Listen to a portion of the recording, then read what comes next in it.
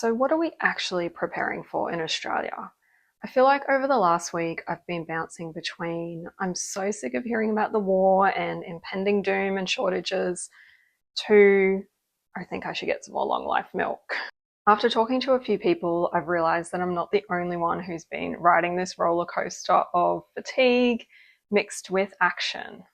As someone who gets anxious, I recognize the need within myself for information.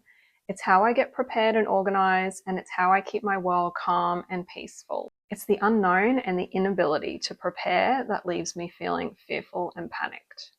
I'm well aware of all the agendas that are playing out in the world right now and which energies are behind them, but I'm also aware that the whole design of this shit show is to harvest fear. So how do we stay informed while living out our lives in this 3D reality that is falling apart at the seams, but also stay in a place of peace and calm as much as we can? For me, it's a fine balance between keeping an eye on what's going on, preparing my resources so that my household can weather the storm as comfortably as we possibly can, and getting on with my life. So this morning I thought I'd game theory a few of the possible scenarios so that uncertainty can be somewhat diminished. The fact is no one knows how this is going to play out yet, but what we can look at is patterns and how systems generally respond. So when you zoom out, things tend to unfold in phases. Phase 1, background tension. This is where we're at right now.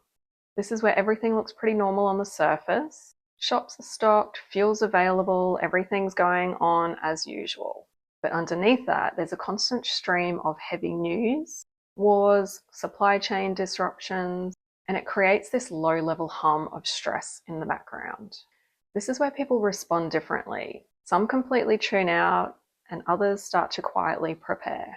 You might have noticed yourself picking up a few extra things here and there and just quietly being a bit more thoughtful about your resource usage. So in a practical sense, food is still available, fuel is still available, prices might be starting to creep up, especially fuel, but it doesn't feel like an emergency just yet. Honestly, this is the best phase to be in because it means you can quietly prepare calmly and without pressure.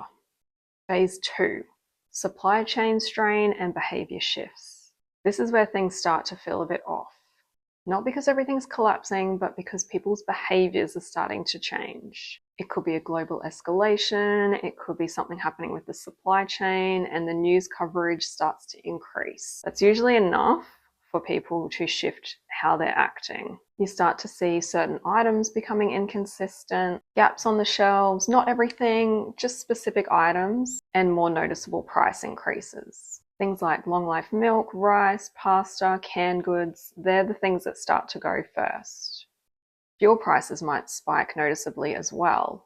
But the biggest shift here isn't actually supply, it's people. We've already seen how quickly buying behavior can change and how that affects our ability to get our hands on the things that we need.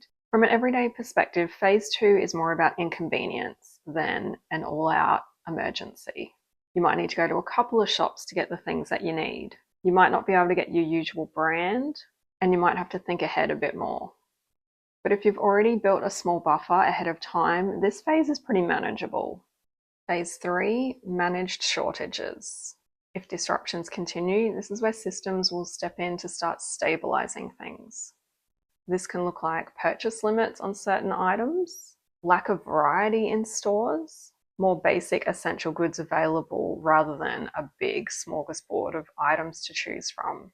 Fuel may also become tightly managed, especially if the system is under pressure.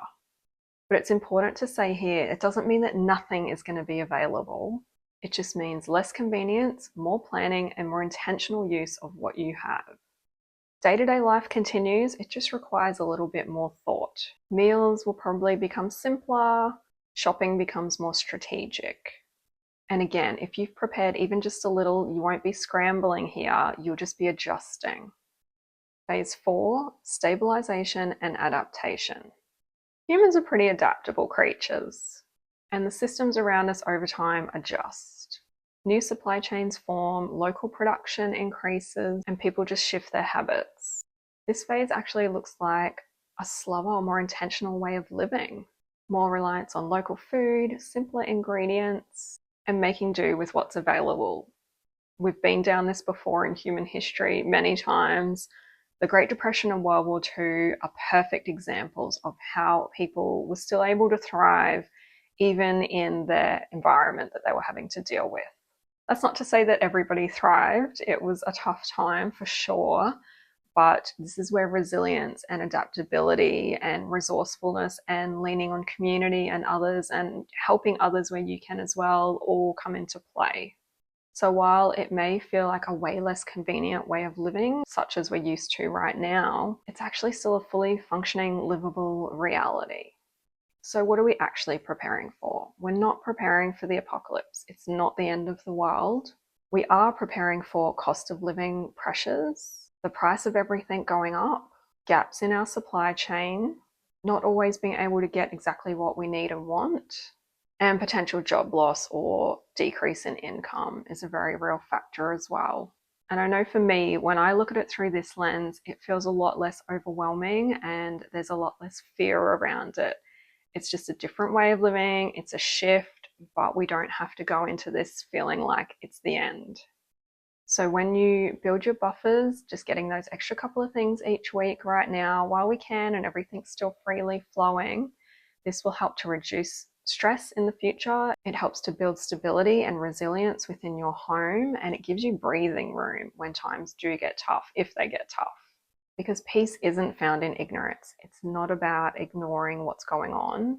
It comes from feeling prepared enough that you don't have to live in fear of it. So let me know in the comments how you're feeling in these times that we're going through right now. What are you doing to prepare? Are you feeling calm and peaceful, or are you feeling fearful, or do you bounce between the two as well sometimes? Hope you're all doing well out there.